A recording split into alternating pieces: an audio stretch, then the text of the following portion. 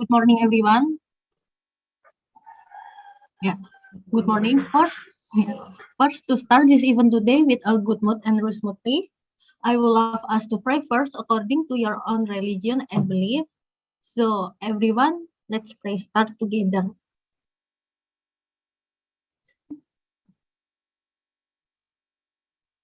Pray finish. I hope this event will be enjoyable and word of knowledge.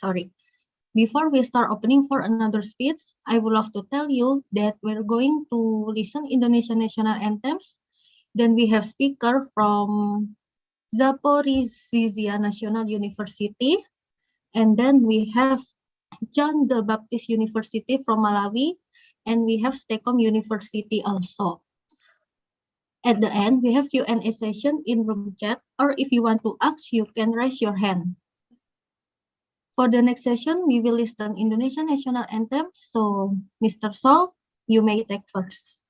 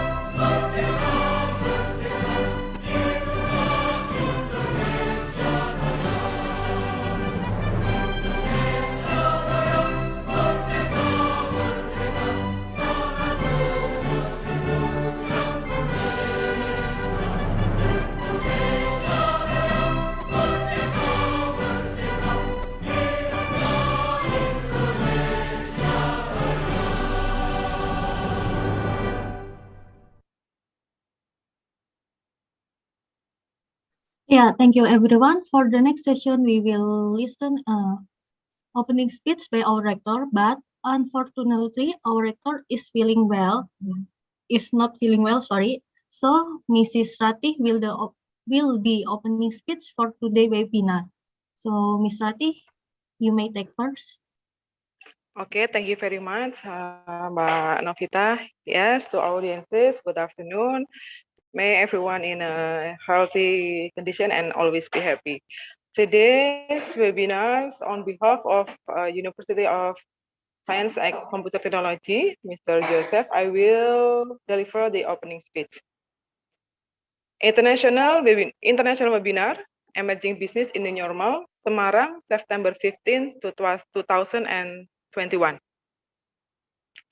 Good afternoon, ladies and gentlemen. The Honorable our speakers today, Ms. Agness Mosanda, Head of Management Department from DMI St. John Baptist University of Malawi, Africa, Mr. Damir Bikulov, Doctor of Public Administration Professor,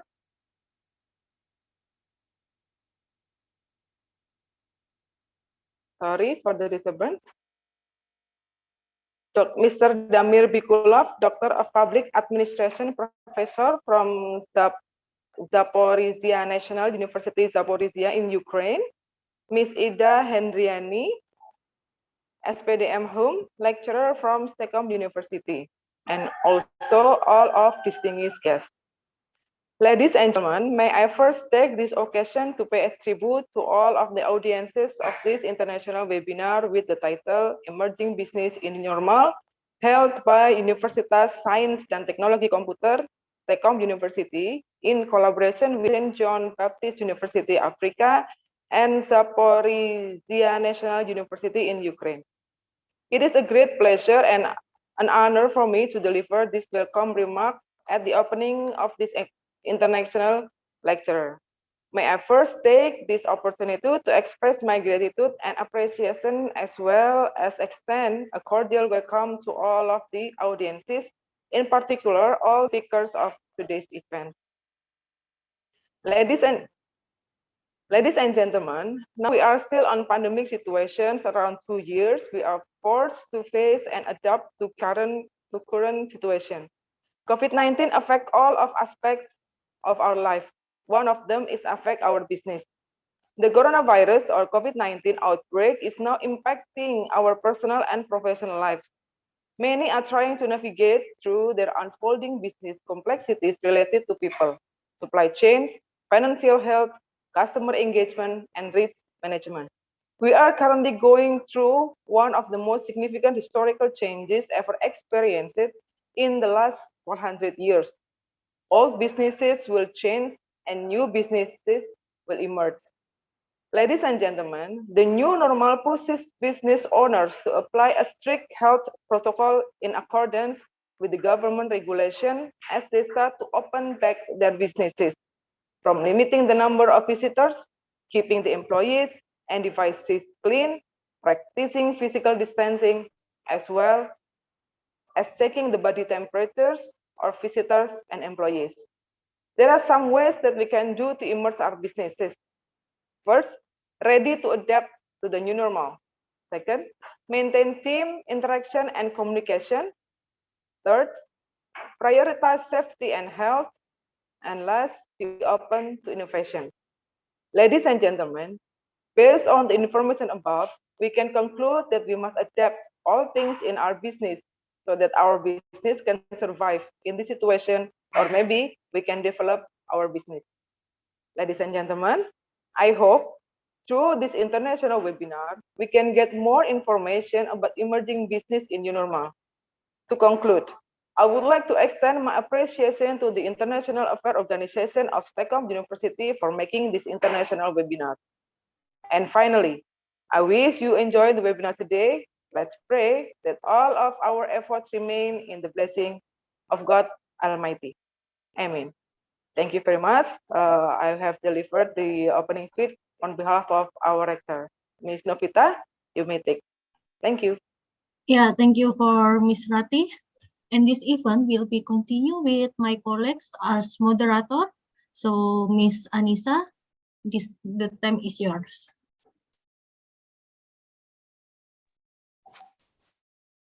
Okay, thank you, Ms. Novita. Thank you so much, and thank you for Mrs. Rati for opening for our rector, Dr. Joseph Teguh Santoso. May he get well soon. And for our next schedule, we will have Zaporizhzhia National University from Ukraine, representative from the university. We will have Miss Alina Osau will introduce their university, and we will have Dr. Damir Bikulov as Doctor of Public Administration Professor Zaporizhzhia National University for the speaker. So Miss Alina Osau for the Head of International Office from Zaporizhzhia National University. The time is yours. Thank you, Anissa, and I am really glad to see everyone here in this international webinar. We really thank you for inviting Zaporizhzhia National University to participate in this meeting, and we are always happy to extend our international cooperation and not only signing agreements of mutual understanding, but also to start implementing them. So this webinar is a real chance for us to show us and to present our university and to come to know each other and to know each other more closely. At first, I would like to show you a short video about Zaporizhzhia National University, just to see who we are.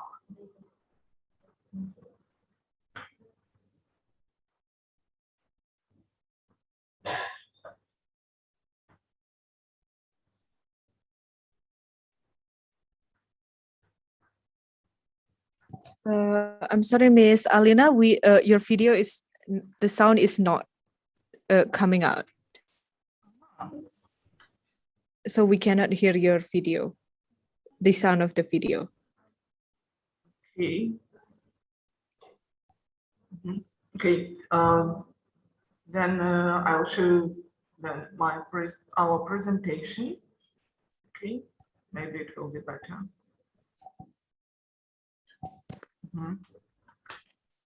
It's not so colorful at the video, but in a so I would like to send the best wishes from the Rector's Office of Zaporizhzhia National University, from our Rector, Mr. Bikulov, and from the Vice Rector dealing with international activity and scientific work, Professor Vasilchuk.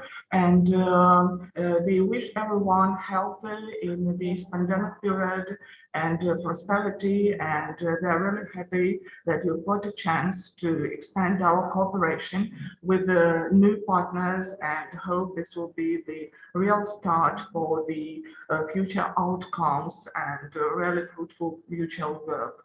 Zaporizhzhia National University is a classical public university with a history which counts more than 90 years. Last year we celebrated our 90th anniversary. In Zaporizhzhia National University, there are more than 17,000 students, and this year we have enrolled about 4,500 students. So we are the second university for the enrollment in the southern and eastern part of Ukraine, and we are really proud of it. We have about 1,500 staff working for our university, and in our structure we've got 12 faculties and the Educational and Scientific Engineering Institute, and also 4 vocational colleges. So we've got such an enormous structure which gives us the chance to say that we are the leading one in this part of Ukraine and in Ukraine in general. Our students are highly demanded in different sectors of national economy, and they work not only for the prosperity of our country, but also abroad. In Zaporizhzhia National University, there are humanities, natural science, and engineering study programs, more than 100 of them. And also there is the chance to defend PhD and Doctor in Science thesis. So we've got the special scientific boards in history, in law, in economics, in physics, mathematics, education, philology, philosophy, so on and so forth. We've got broad cooperation in the international level. By now we have about 100 agreements of cooperation with the different higher education institutions abroad, with the scientific structures, and we are aiming at academic mobility, at internship, at advanced learning, as well as mutual scientific, academic, cultural activities, both for our professors and our students.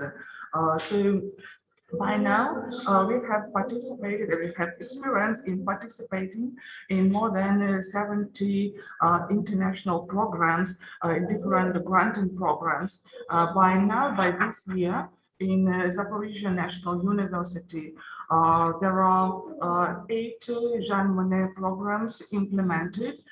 Two of them are K2 programs, capacity building in higher education, in which in one of them, Zaporizhzhia National University acts as a grant holder, and also 6 Jean Monnet modules. So for this amount, our university is the ranks third in Ukraine for the number of Erasmus Plus funding.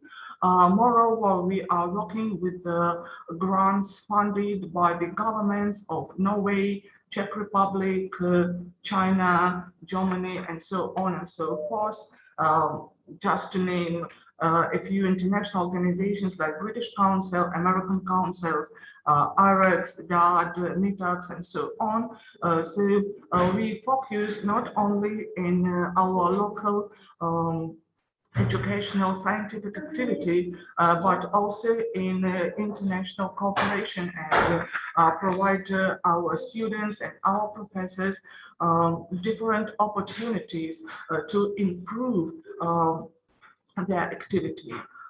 We pay much attention to studying foreign languages, as we have 2 faculties dealing with the Slavic and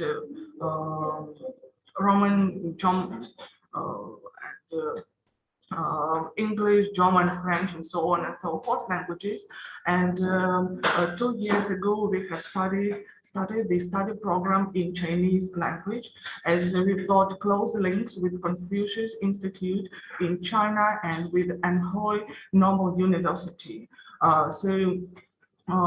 From this point of view, our university is the leading one in the region, and lots of students and their parents, they trust us, and that's why we see the high positions in enrollment of students from year to year. I would like you to show our campus, the buildings of Zaporizhzhia National University, as we have 9 study buildings and 2 campuses, and 7 dormitories.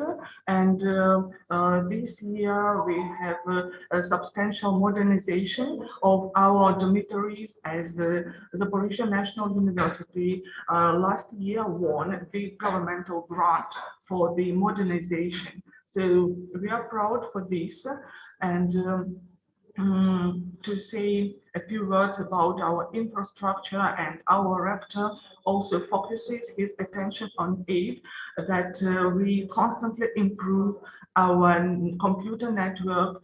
We have about 2,000 computers all around our study buildings, broadband internet, free Wi-Fi, and other different opportunities for our students. Our students and teachers, they've got numerous opportunities in research and development, and to link closely professors science and student science. We've got the Scientific Society of undergraduate and postgraduate students, and this association works not only at the different levels of the university, but also at the international level, contacting with the scientific associations of our partner universities. The same is with Student Council and the Center for Culture, who take care of extracurricular activities of our students and professors, and also they participate in everyday academic life. So, to make a long story short, I would like to say that our perspective, the perspective of Zaporizhzhia National University, is a long-term cooperation in dual degree programs, in exchange programs, in joint cultural and sport events, and we hope that today is the starting point for seeing new partners, and to mutual fruitful meetings. So feel to contact us, and we would like to be the best friends in different spheres of our activity. Thank you for your attention. Thank you so much, Miss Alina, for introducing your university to us. And we will go right away for Miss Dr. Damir Bikulov as a Doctor of Public Administration, Professor of Zaporizhzhia National University, Ukraine. Dr. Damir, you may present your presentation. Hello, everybody. I'm very glad to take part in this event. I thank you, my colleagues, to you and my university, and for all who participate in this webinar. So my report is dedicated to the shadow economic. So this is a problem, this situation that is take part in more countries, in developed countries, in my country, in Ukraine, and more in other countries. So this is a problem, and this is a way to save business in some time, and this a problem that restrict business. So Ukraine has a relatively short history of business development. It's more specific, not the same as a business evolution of another countries, not the same as in European countries, not same as in United States. So it so happened, and in 1991, the means of production that were located in the country lost their legal owner. So the state, former state, the USSR, was not exist yet. So they were controlled by their leaders, directors, top managers, who were not entrepreneurs in nature, not businessmen in nature, only executors of ideology, like in China right now. In addition, state institutions were destroyed. We have no money, no currency, and there was no time to build new ones, and no plans to do so, not way to make something useful. And there were no rules, no system, no public administration, and no owners of the companies, on the plants, on the soil, not power in the country. That is the economy of states, new economy, market economy, born in 1991. It was immediately 100% shady. All economics were in shadow, because that other economic did not exist in nature. The shadow economy is considered to be a system of formation, distribution, and consumption of social goods outside of public control. So I try to share the screen.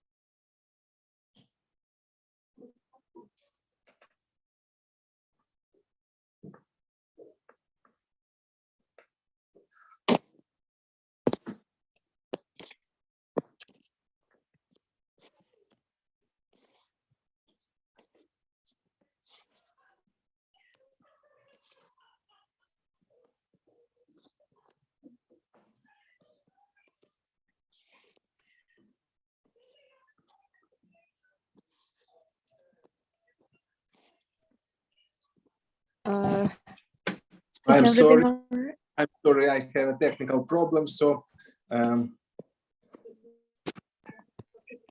okay. I try to make only sounds. So, some tips of economic of Ukraine, the variety of natural and technogenic resources, good and wide area of agriculture soil, non-efficient heavy industry. So we have a lot of plants, old factories, which not energy efficient, not ecological safety. And we have a poor logistic and infrastructure. We have a lot of institutional problems, low household and personal income. So right now, in 1991, average salary is $350 USA dollars, and pensions is $120. They have a high share of food costs in the expenses of the most of consumers, so up to 56% is all the consumption, so it's very high. We have high energy losses and high tariffs for energy. We have imperfect legal protection of property. We have very weak fund market. We have very weak banking system. So the shadow economic, as I said, the system of production, distribution, and consumption of social values out of public control. The main features of shadow economic are criminal and just shadow. Just shadow, this is not criminal, but not under state control. The part of shadow economics of Ukraine is more than 50% of gross domestic product. The root of shadow economic rise from the public administration system, so out of corruption. The most of society perfectly supports the shadow economic.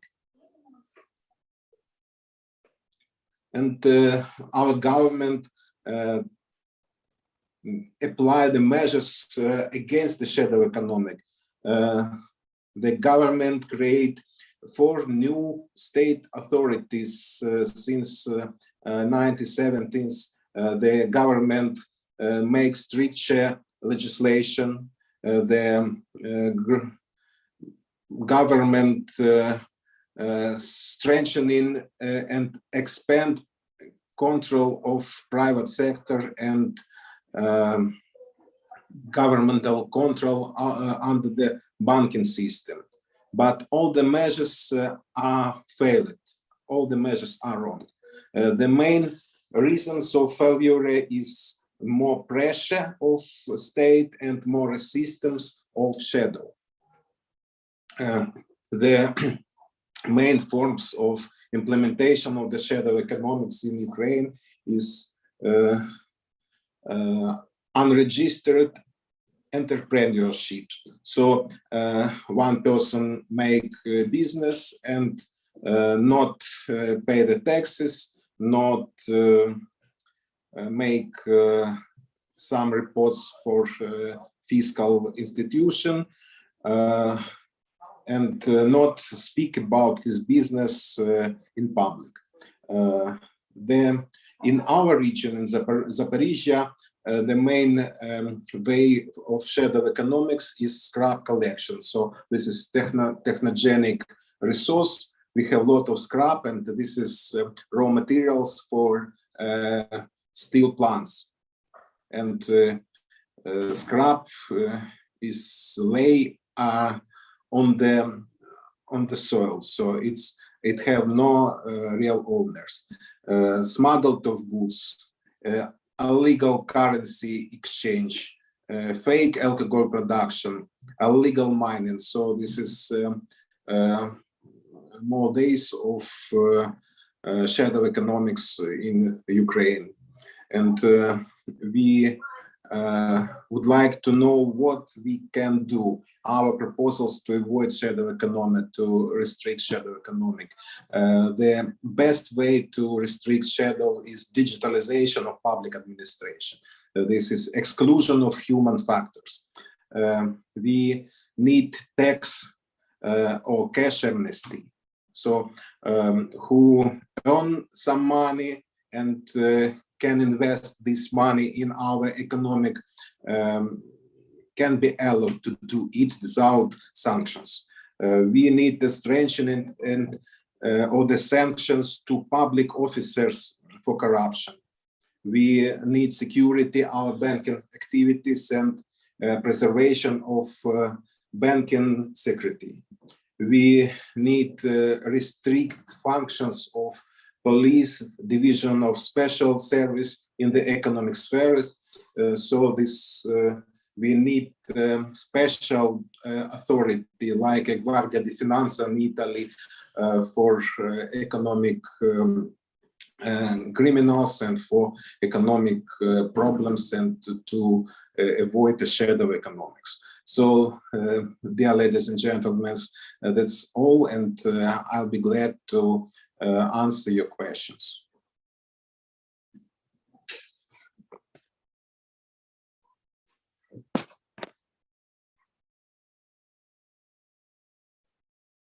Okay. Okay, so thank you, Dr. Damir. It's a bit unfortunate. It's okay. After all of the speakers and their material, the Q&A session will be at the end. Is that okay with you for that? I'm sorry.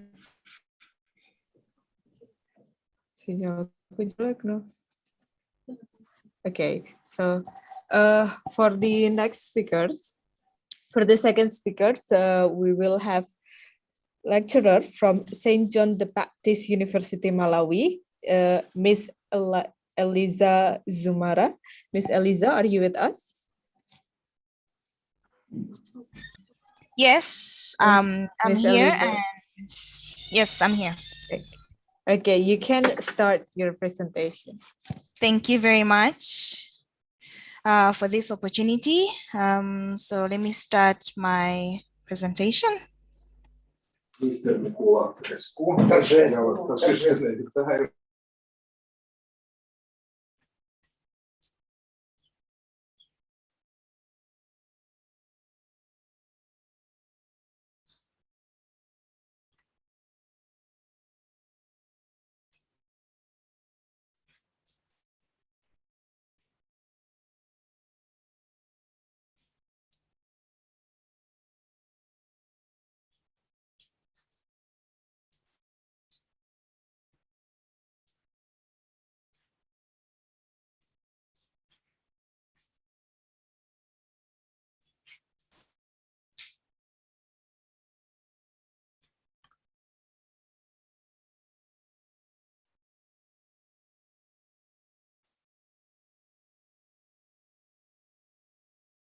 I hope you're able to see my PowerPoint. Yes, we can see the PowerPoint clearly. Okay, so my my topic is emerging businesses in the new normal. So we're going to talk about basically the emerging markets.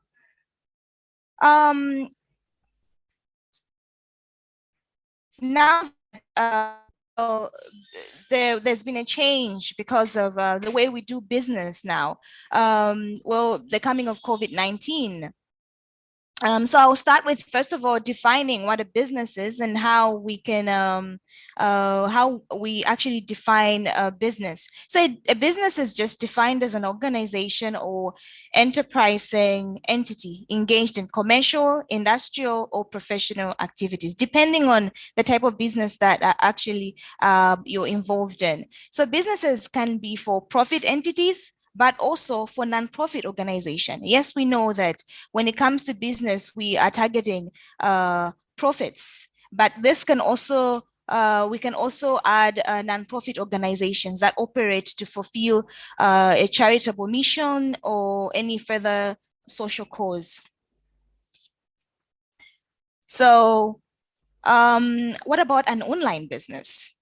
So an online business is just a business conducted entirely on the internet. And that is what we've been, with the change, with the coming of COVID-19, that is what has been happening due to businesses. Businesses have been conducted online because of the coming of COVID. So online businesses may encompass selling goods or services online. So just giving an overview of what an online business is about. So the nature of online businesses is changing rapidly with the advent of Facebook, Twitter, YouTube, or blogs, and many more social networking sites. Therefore, establishing an online presence for businesses is increasingly easy and also at a low cost. Well, with in Africa, of course, it hasn't been very easy. With the coming of COVID-19. Like, for example, our university, or universities in general in Africa, we've struggled to keep businesses because it hasn't been easy. It's been quite a change, but actually it's been fruitful at the end of the day, depending on how you would take it to an advantage. So as lockdowns became the new normal, businesses and consumers increasingly went digital, providing and purchasing more goods and services online, raising e-commerce's share of global retail trade from 14% in 2019 to about 19% in 2020. Now, I find that, yes, this is actually very true. In an example for Africa, it's been a challenge, of course, looking at issues to do with the internet. It hasn't been easy, but with the new normal and the lockdowns and all that, still more businesses have tried their best actually to go digital and still providing more goods and services online. So these and other findings are showcased in a new report, COVID-19 and e-commerce, a global review by UNTAD and E-Trade for all partners, reflecting on the powerful global and regional industry transformations recorded throughout 2020. Moving on, the impact of COVID-19 on businesses online in general, the negative impacts, labor shortage, for example. As workers are affected by the pandemic, may either choose to stay at home. So there's been a lot of labor shortage, definitely, but also supply shortages. This is just global examples. Lockdowns in China, Italy, Spain already provide examples of what happens when regions go into full isolation, considering how massive shortages in the antibiotic soy from China or shipment delays across the world, for instance, are already affecting the animal production industry. So many industries were affected by the COVID-19. So the change from going digital hasn't been easy for a lot of businesses all over the world because of the pandemic. So these are just some of the negative impacts that COVID-19 has had on businesses. And then we also have demand shortages. Well, if you are able to actually reach out to consumers in a specific way, and then all of a sudden you change to online basis, it's actually very difficult. You need to know what sites to use to get to your consumers so that they could actually buy your products, be it in agriculture sector or for universities. How do they actually get to enroll students through online? It also was actually a challenge. So depending on the industry and the market, you may be faced with reduced demand. any type of business. It could be universities or agriculture sector, anything that you could think of. So simply consider the fact that reduced demand for restaurants would definitely be lower. In turn, demand for supplies for the restaurant. So you couldn't get many businesses couldn't get the suppliers on time as they used to before, because now they have to communicate with them using a new platform, having to, so in that way, you need suppliers to actually go digital as well. So it's finding those consumers on the internet. So this could mean less raw materials. So in just an example of the restaurant, it could mean less meat, less butter, less milk consumed in restaurant because of less products ordered. And then we have government policies. The Food and the Drug Administration, other countries suspended the inspections of foreign food manufacturers and the entry of raw materials. So that also is on the negative side due to government policies. Moving on, immediate economic downturn. And here you could actually, this affected the whole globe. At this point, almost all industries have had a global component. Your raw materials may be imported, and shortage of labor may lead to economic downturn. Then we have changing in consumption. COVID-19 has led to the change of consumption in different lives of people, since not all products people may want are being sold online. This is actually a global problem. So because of the pandemic, people they no longer consume the way that they used to consume before on specific products, especially those that they can't get online easily. So there's also been that kind of change. And those businesses that can operate online and are able to sell their businesses, the products very easily, are those that actually were able to bloom better. Then we have losses in businesses that are not trading online, especially in Africa. You find that most businesses have actually not been able to trade online. So at the end of the day, they lose more customers, they lose more suppliers, and at the end of the day, they've had a lot of problems. And then we have the positive impacts.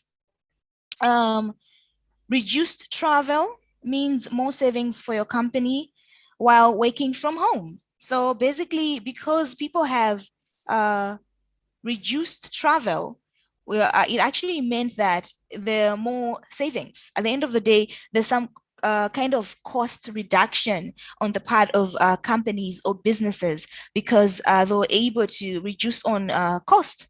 So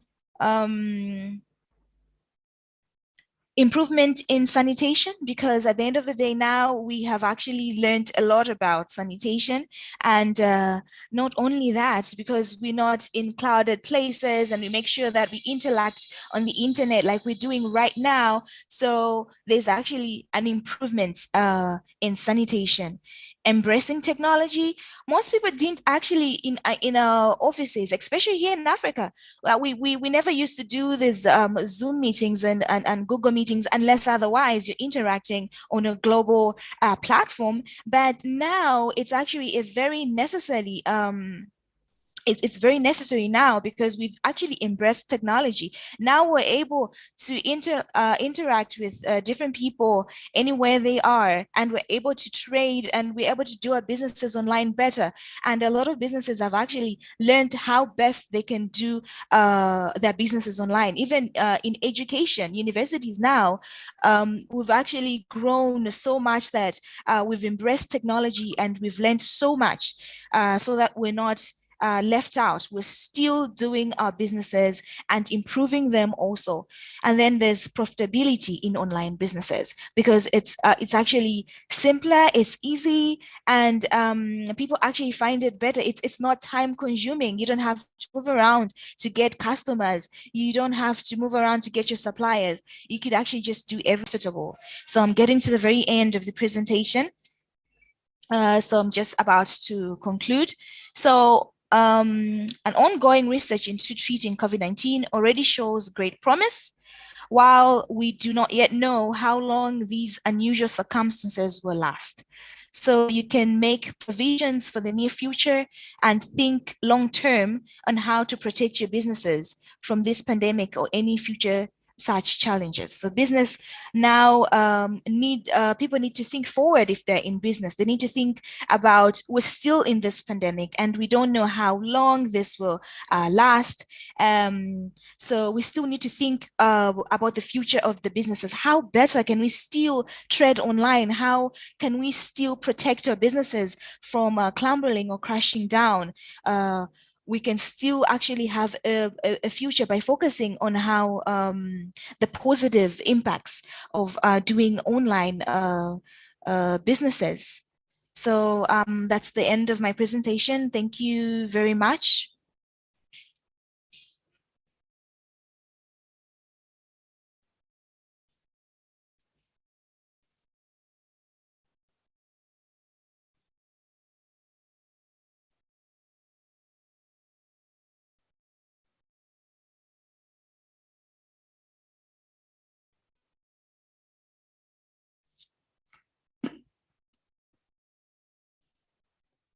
Okay, thank you so much, Miss Alisa. Thank All you. the question will be given later in the Q&A session after all of the speakers present their material. So thank you. For our next speakers will be from STEKOM University. We will have Miss Ida Hendriyani, S.Pd, M.Hum. Miss Ida, the time is yours, Miss Ida.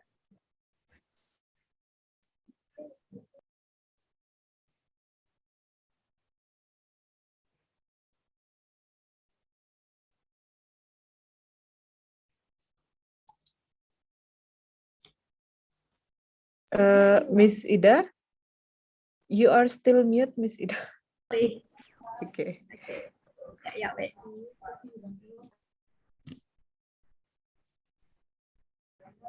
Yeah, is it clear for my presentation PowerPoint? Yes, your okay. voice is clear, your PPT is clear. Yeah, okay, thank you. Yeah, good afternoon, ladies and gentlemen. Honorable Mr. Joseph Teguh Santoso as a Rector of Science and Computer Technology University. Honorable Mr. Damir Bikulov, Doctor of Public Information, Professor from Zaporizhzhia National University, Ukraine. And Honorable Miss Agness Mosanda, Head of Management Department from DMI St. John's Baptist University, Malawi, Africa.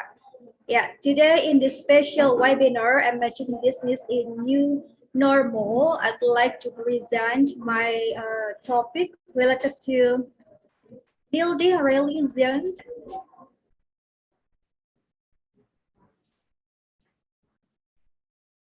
Yeah, this is my topic, building resilience and developing a business model strategy to seize emerging opportunities for micro, small, medium enterprises.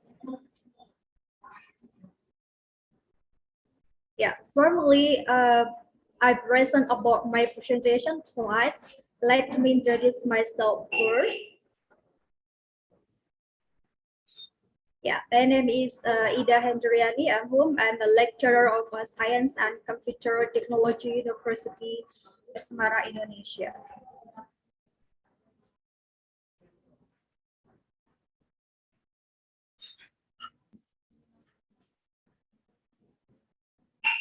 Yeah, out of my presentation, I would like to discuss several main points. There are four. The first one, impact of COVID-19 towards micro, small, medium enterprises.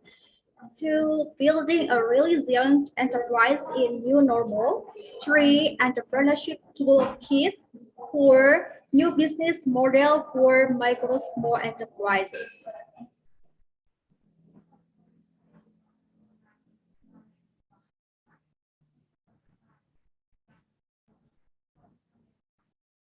Micro, small enterprises in Indonesia play an Micro, small, medium enterprises in Indonesia play an influential role in Indonesian economy. Again, in 2016, the financial contribution of micro, small, medium enterprises to the gross domestic product in Indonesia increased to 60.34%. Furthermore, these enterprises play an important role by providing 97% of employment opportunities, according to BPS 2016. Yeah, the COVID-19 pandemic has significantly affected the global economy, including in Indonesia. This outbreak might push the Indonesian economy to another crisis, possibly deeper than 1997 until 1998 Asian financial crisis or monetary crisis, because it affects both demand and supply.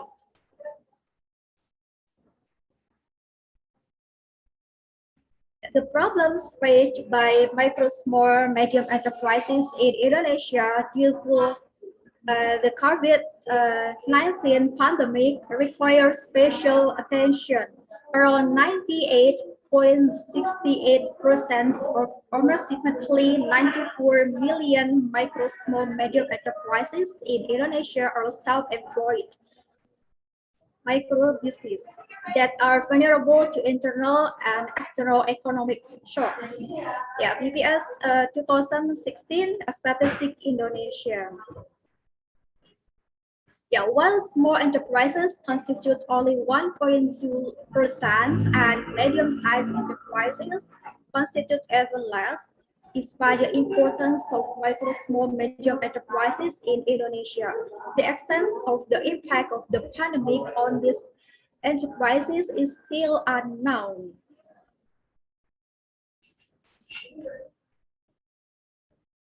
Yeah, moreover, there is still no clear strategy to mitigate the impact and to speed up the recovery after the pandemic. Nonetheless, micro, small, medium enterprises and the employees need support to survive the COVID-19 pandemic.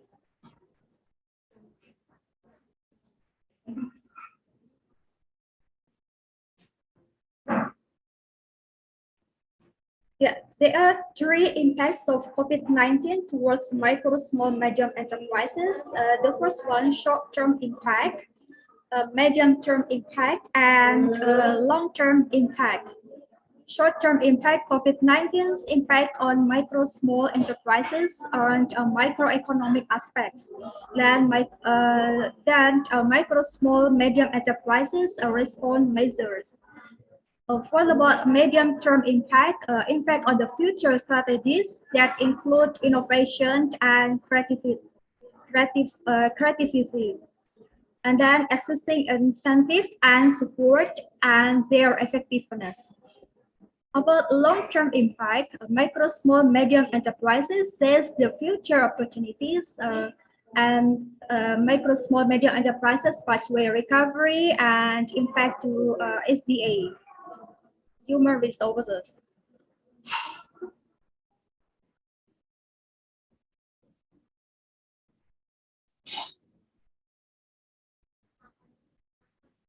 Yeah, building a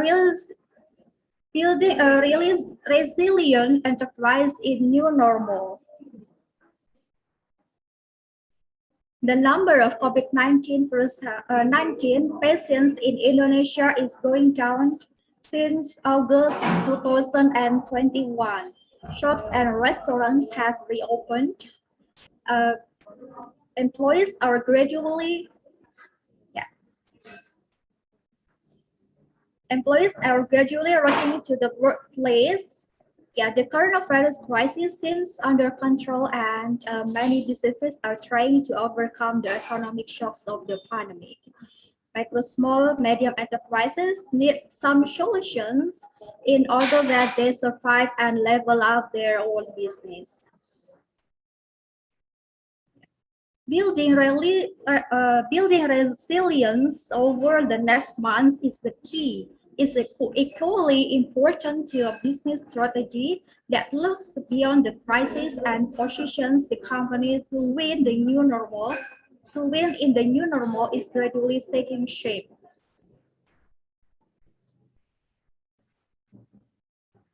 Building a really resilient enterprises to navigate through the upcoming crisis and taking a long-term perspective of getting ready for the fundamental changes that lie ahead, reframing and transforming the business organization.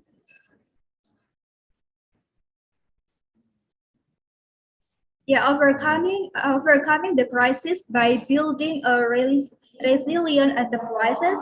Yeah, during the first shockwaves of the crisis, a lot of companies come up with a creative solution to generate some revenue and manage costs, but the measures don't build resilient organization. Resilience is the capability to withstand additional shocks to business and thrive at the same time. Okay, for the next 12 or to 18 months, business organization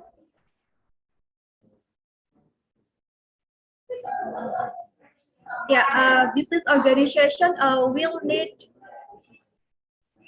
to lead through the ongoing business disruption by ensuring they are healthy financial or taking good care of their customers and can maintain a strong market presence. Yeah, building resilience is a prerequisite before a business leader can even start thinking about the strategy to expand and grow their own business in the new normal.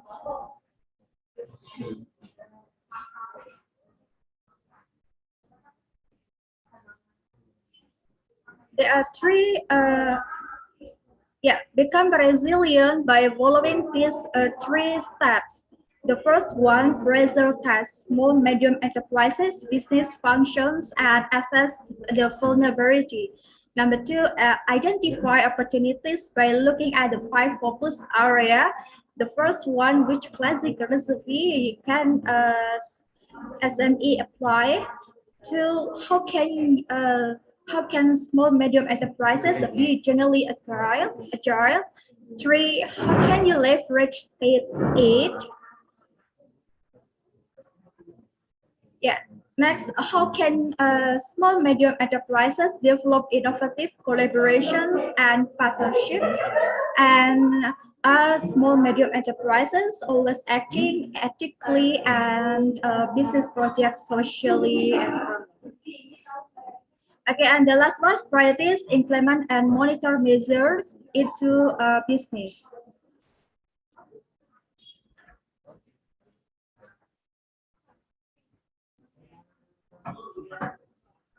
Yeah, winning in the new normal by developing a future-proof strategy. A strategy is a plan or method to create a unique and vulnerable competitive position in the future and requires a set of business activities that is different from the other competitors.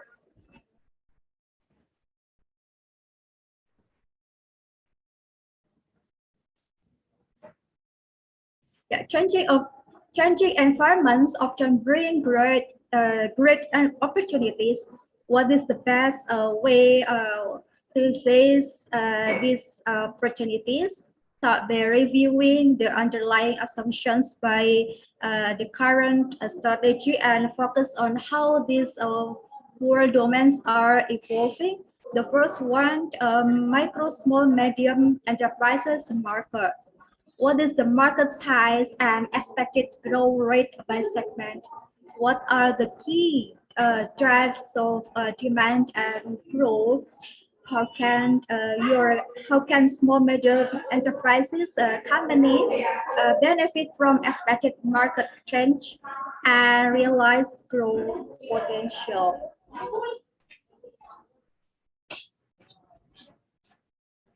Yeah, second one, micro, small, medium enterprises, customers and channels. How satisfied and loyal are the customers? and how does buying behavior differ across industries and customer segments? What is the channel growth, size, and cost to experiment? Experiment with new customers and channels. Next, micro, small, medium enterprises, competitors, and the last one, micro, small, medium enterprises, business and revenue model. Yeah, that's small, medium enterprises current business model enable to capture growth opportunities. What are the key performance drivers and challenge to realize growth in a business?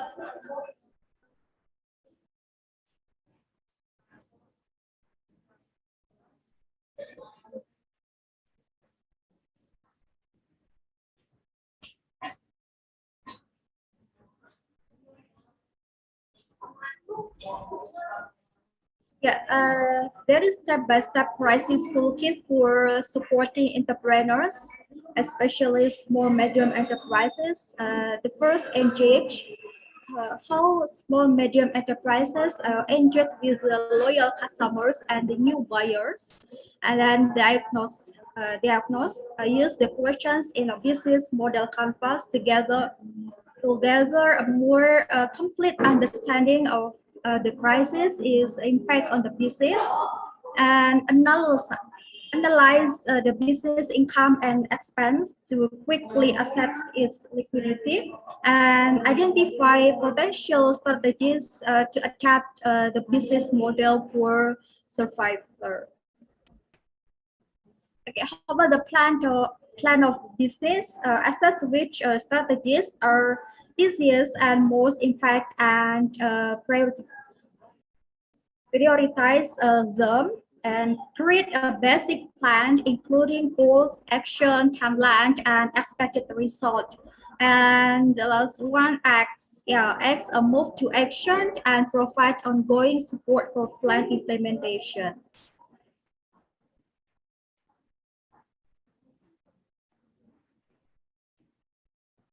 Yeah, this business model canvas.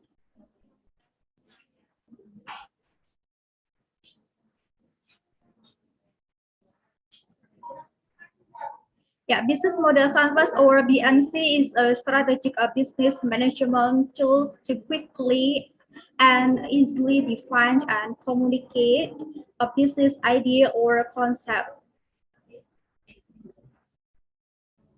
Yeah, is one of page documents which works through the fundamental elements of a business or product, structuring an idea in a coherent way.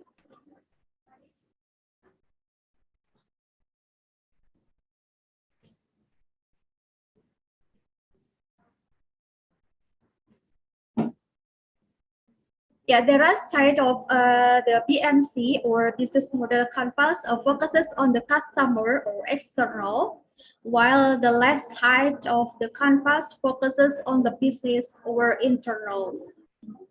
Both external and internal factors meet around the value propositions, which is the exchange of value between business and small medium enterprises, customers, or clients.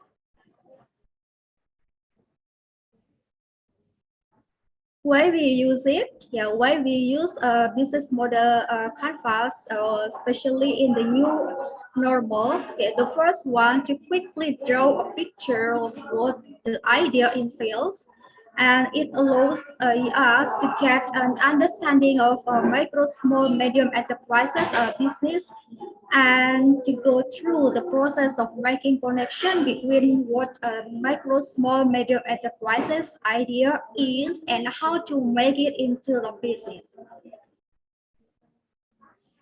It looks at what kind of customer decisions influence use of micro, small, medium enterprises system. It allows everyone to get a clear idea of what the business will likely be. Yeah, how to use it? How to use it? Okay, the first one, value proposition. The value proposition is a foundational to any business or product. It is the fundamental concept of the actions of value business, micro, small, medium enterprises, business, and the customer client. Generally, a value is exchanging from a customer for money when a problem is solved or a pain is relieved for them by micro, small, medium enterprises or business.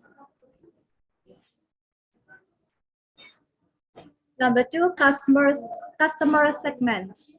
Yeah, customer segmenting is the practicing dividing a customer base into groups of individuals that are similar in specific ways, such as age, gender, interest, and spending habits.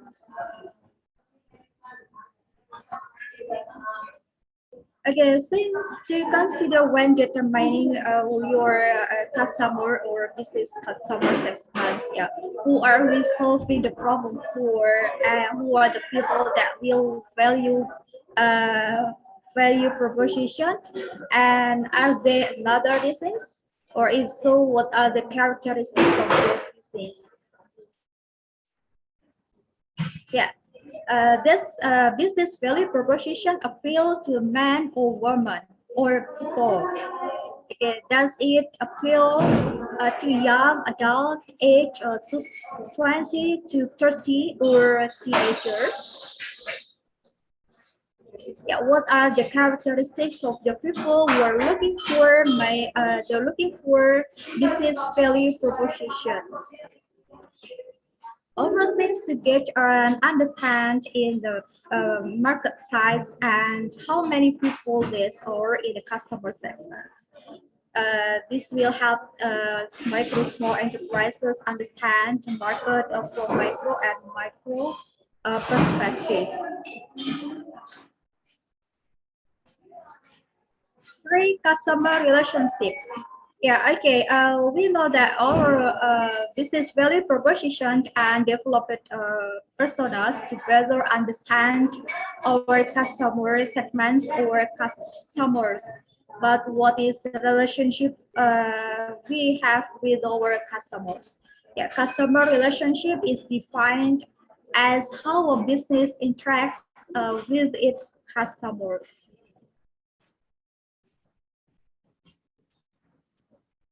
Yeah, so you will meet with them in person or over the phone.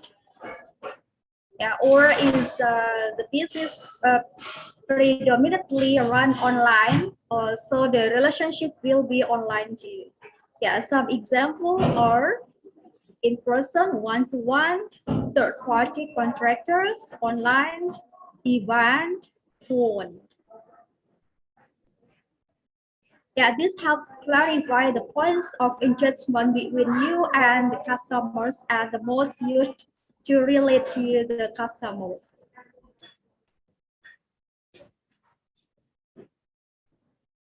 Yeah, this will also help we start to define micro, small, medium enterprises and operations as a business, and also help to identify opportunities for automation. Next, channels. Yeah, channels are defined as avenues through which the customers come into contact with the business and becomes part of the sales cycle. Yeah, this is generally covered under the marketing plan for the business.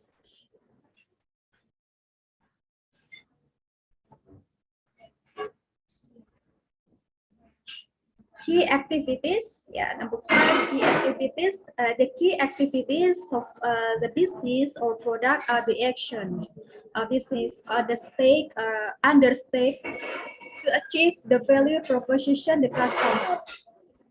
Yeah, what activities does the business undertake in achieving the value proposition for the customer, and what is the result used, time, expertise, distribution of products, technical development, strategy, and over resources, human or natural resources.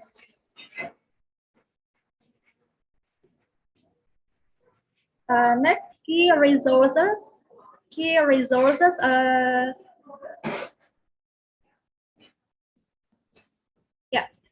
Key means the resources the business requires to do business.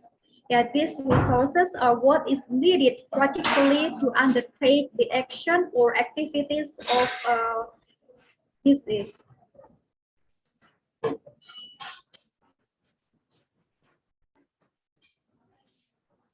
And then key partner, number 7, key partners. Key partners are a list of other external companies, suppliers, parties, name it to achieve your key activities and deliver value to the customer. This moves into the realm of is my business cannot achieve the value proposition alone. Who else do I need to rely on to do it? An example of this is if I sell groceries to customers, I may need local baker to supply fresh bread to my store. Okay, next, cost structure. Yeah, cost structure is defined as the monetary cost of operating as a business. How much does it cost to achieve my business key activities?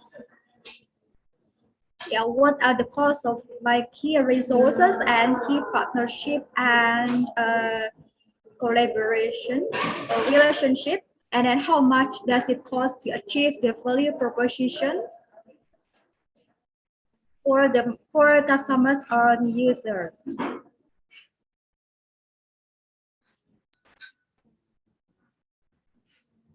Again, the last one, revenue streams. Revenue streams are defined as the way by which your business converts your value proposition or solutions to the customer's problem into financial gain.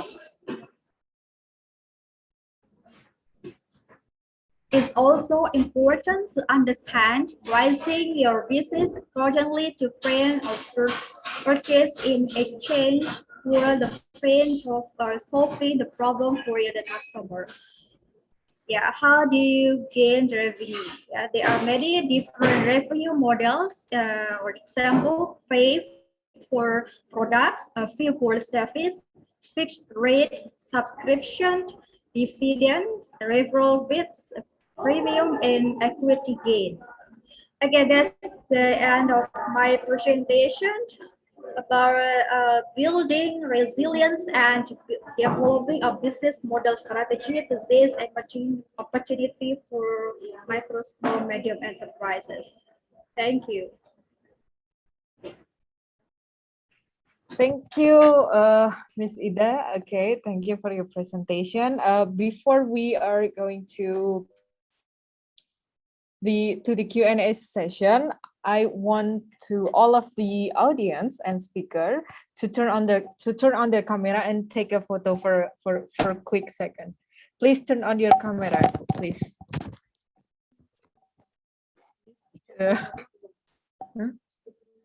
For all the speakers, I'm sorry. Second, for all the speakers, Dr. Damir, Dr. Damir, Miss Alina, Miss Aliza, can you turn on your camera?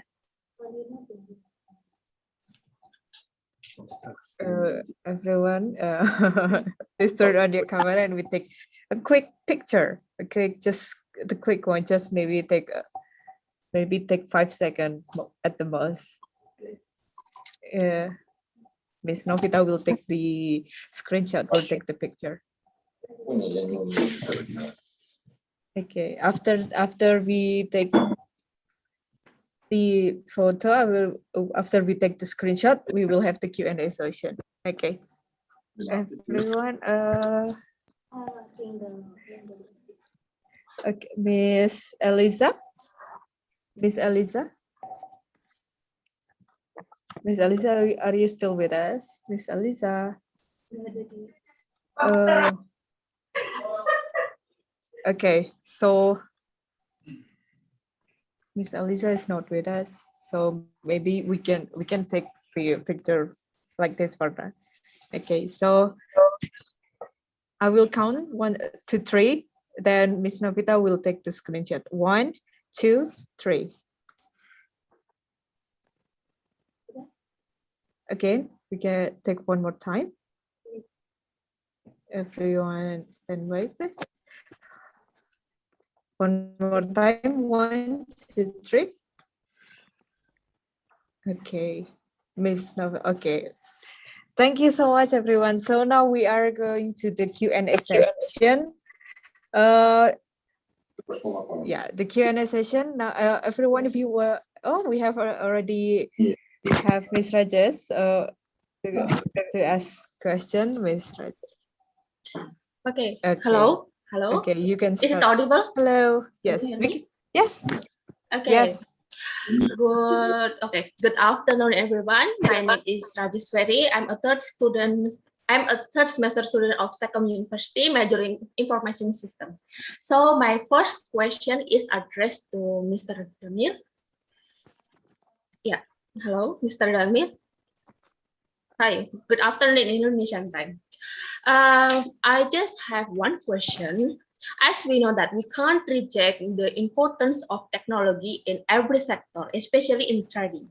But in trading also, there are so many sectors which involve, especially in finance. But we recently heard about so many data leak occur in so many. Okay, sorry. We've heard that so many data leak occurred in some organization.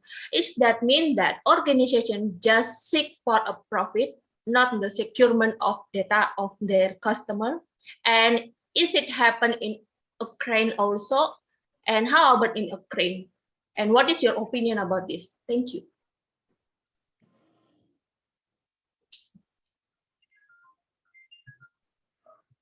So please repeat last part of the question. The last part is that true that organization only seek the profit only? So it's that mean that they ignore the securement of data, the customer data actually, because we recently heard about there are so many data leak which happen in some organization. Either it is in product or service organization which selling product or service. So is that mean that organization only seek the profit, not the securement of the customer data? And how about in Ukraine? Is it happen? And what is your opinion about this? Thank you. So thank you. I understand. We have too many organizations that control all the sphere, ecology and right of consumers, and but we have not perfect legislation. So a lot of problem, lot of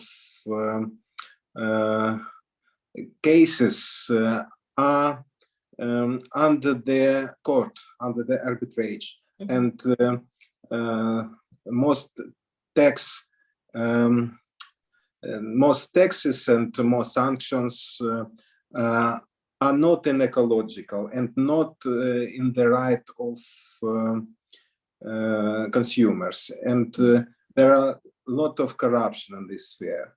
So a lot of corruption in the local level and in the state level, and we have too many organizations, but not many efficiency of this organization, and not good results.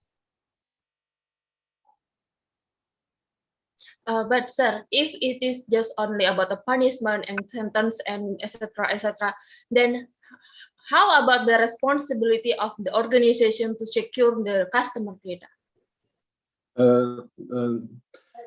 Financial sanction. So because once the data leak, it's already leaked, and everyone who has no responsible and who has no confidence, who has no, actually they not have any, how to say it is a third party, they are third party and they are not eligible to access our data. And once it leaks because of that organization, so how is the responsibility of that organization actually, sir? Just Yes, this is administrative and criminal responsibility. Criminal. So is it happen in Ukraine also, or is it happen over there? Yeah. We have many cases last time that some organization had administrative, financial, and criminal responsibility for violation of consumers' right. For example, our main logistic operator had a sanction for some application of consumers 320 million hryvnia. So this about 10 million euro. 10 million euro. Okay. The penalty for one violation. Okay. Thank you, sir, for the answer. Thank you for yeah. Okay. Kak Anissa, actually, I have a question for Miss Eliza. Is Miss Eliza still here? Yes. She's already joined us already. She has trouble with connection earlier. Okay. Okay. Oh, she has already. Can we help you? Of course. Miss Eliza, you can unmute. Yes, I'm here. Rajesh, you can ask Miss Eliza. She's already with us. Okay. Hello, good afternoon, Mrs. or Miss. I can call you what can. Okay, It's Mrs. Miss. Okay, Miss Eliza. Good afternoon in Indonesian time. Actually, I would like to ask that, as you said, that since this pandemic, everybody is forced to implement technology, to embrace technology. And in Africa, actually, you said that Africa people. Nyeting ini kamu. Nyeting. Hello. Okay, go ahead. Sorry. Okay. As you said that, as you said that Africa people, it's not used to embrace technology, to implement technology in daily use, and how that recently because of the situation, then suddenly Africa people move to technology and how to educate people. Because as I know in my experience, in my own experience, it is difficult to me that especially to educate my mom to use some online shopping website to buy something. Just it. Thank you.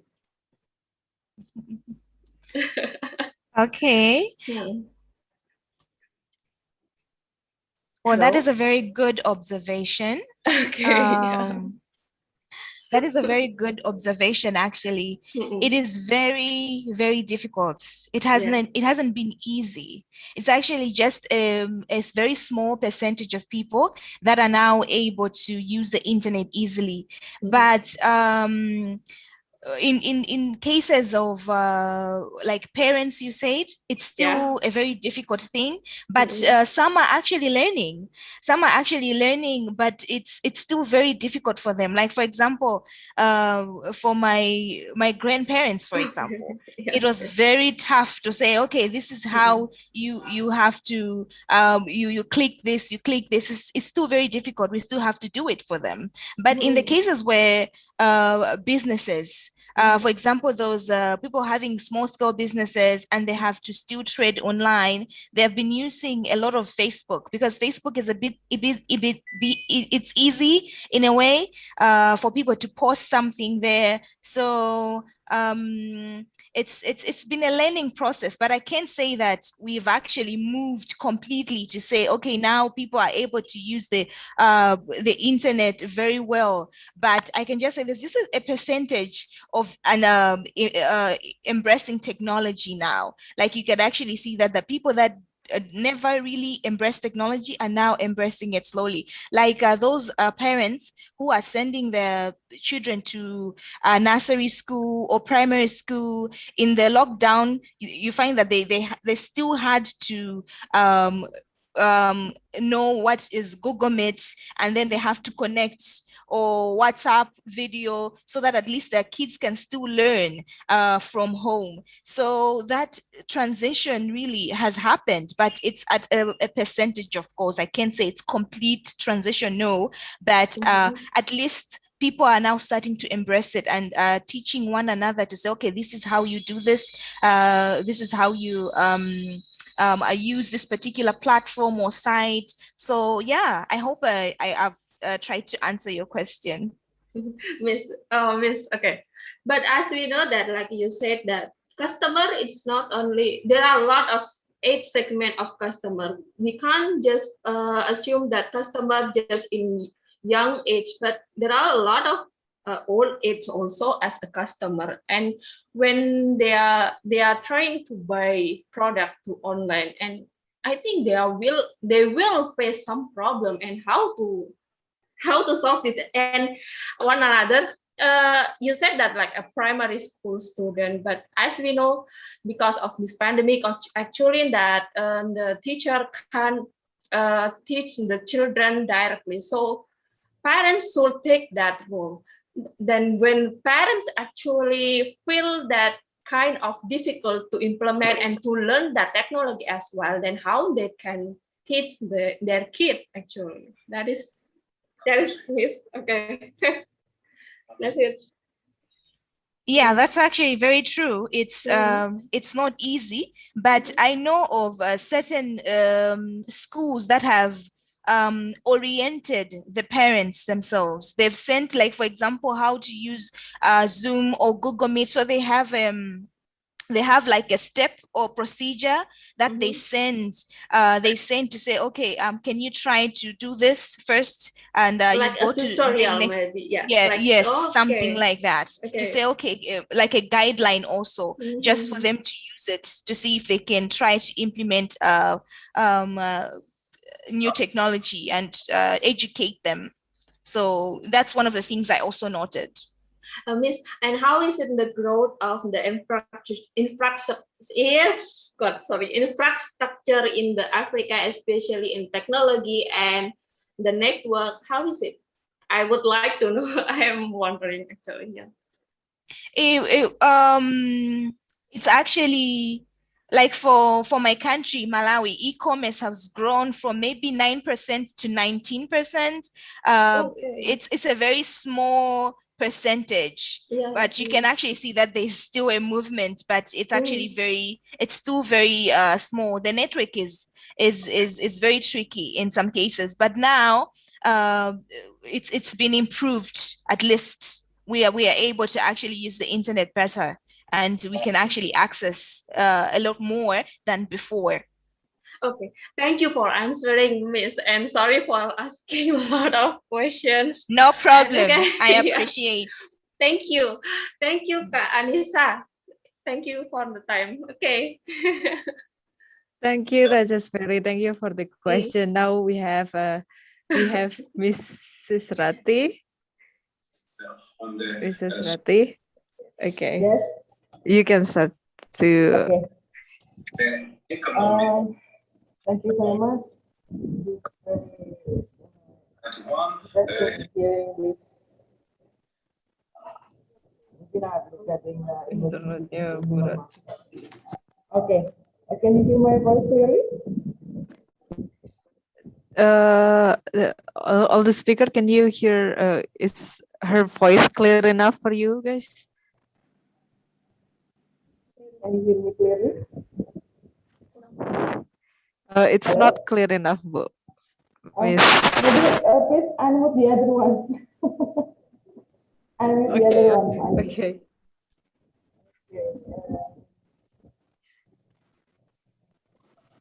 Okay, what about now? Is it clear enough? Yes. Oh, okay. Thank you very much. Okay. I would like to ask question for all the speakers. Here's the situation. We are now having this pandemic and we are now having this lockdown. And the what's it called?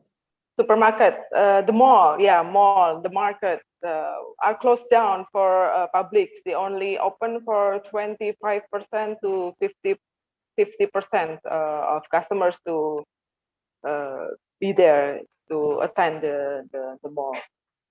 And what I would like to ask you is that, do you think this business with maximum using of technology like e-commerce or online shopping or whatever it is will still be exist after we came up with the medicine to be a cure for this pandemic, for the COVID-19 virus, and then we can get our life back to normal before the 2020. Do you think this e-commerce, this online shopping things will still exist when the mall, the market is open again? For all the speakers, please, based on your personal knowledge, based on your personal experience, would you please answer my question? Thank you. May I answer your questions, Mrs. Yes. Rati? Yes, Vida, thank you very much. Okay, thank you.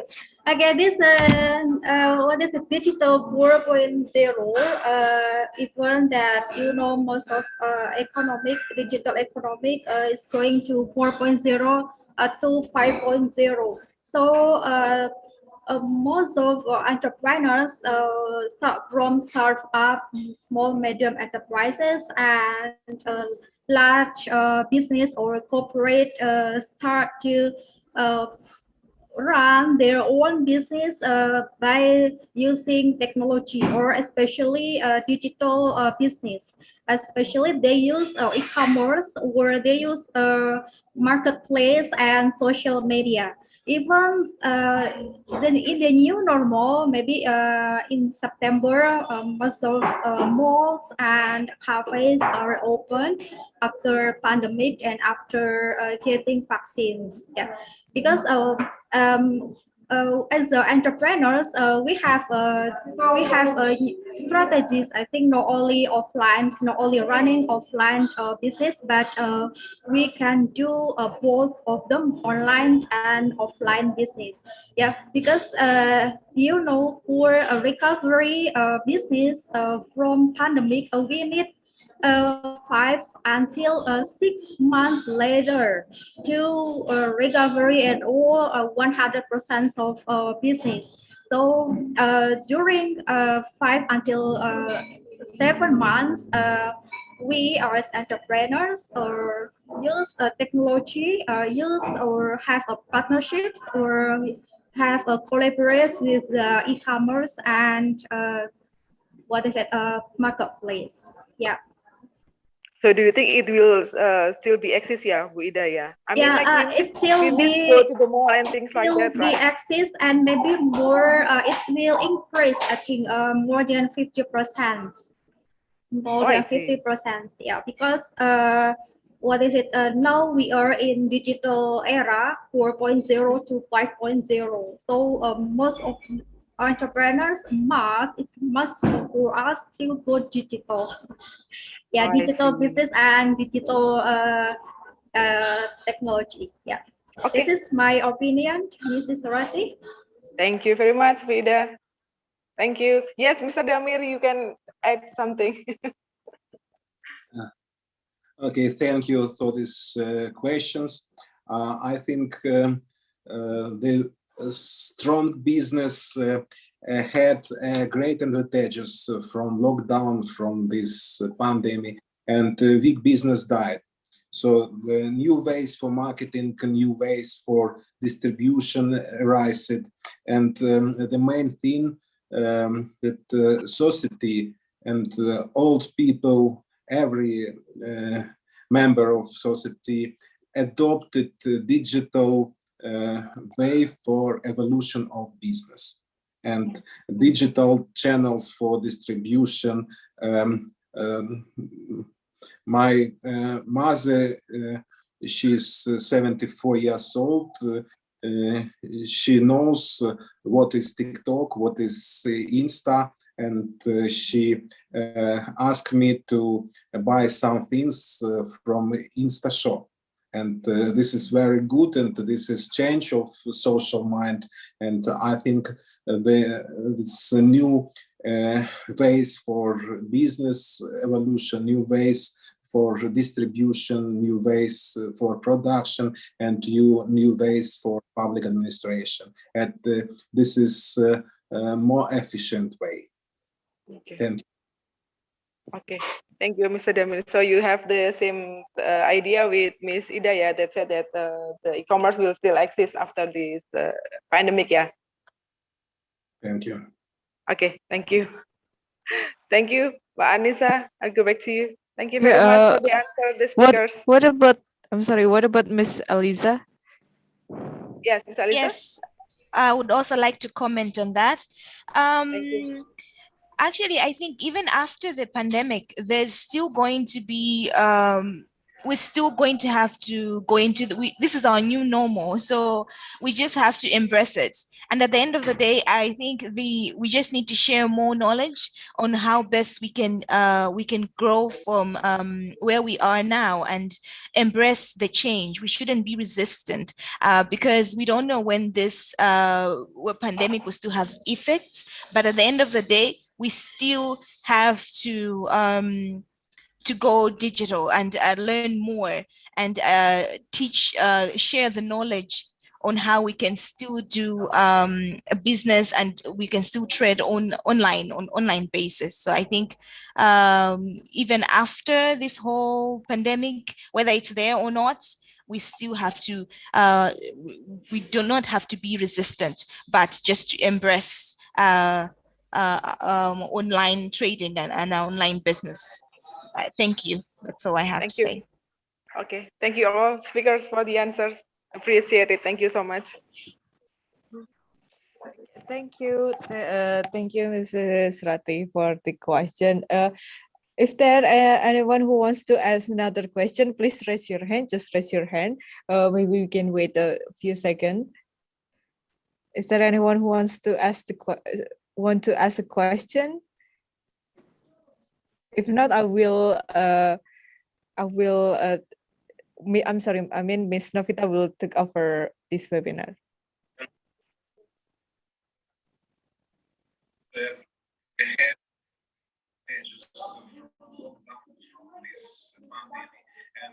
Okay, so Miss Novita.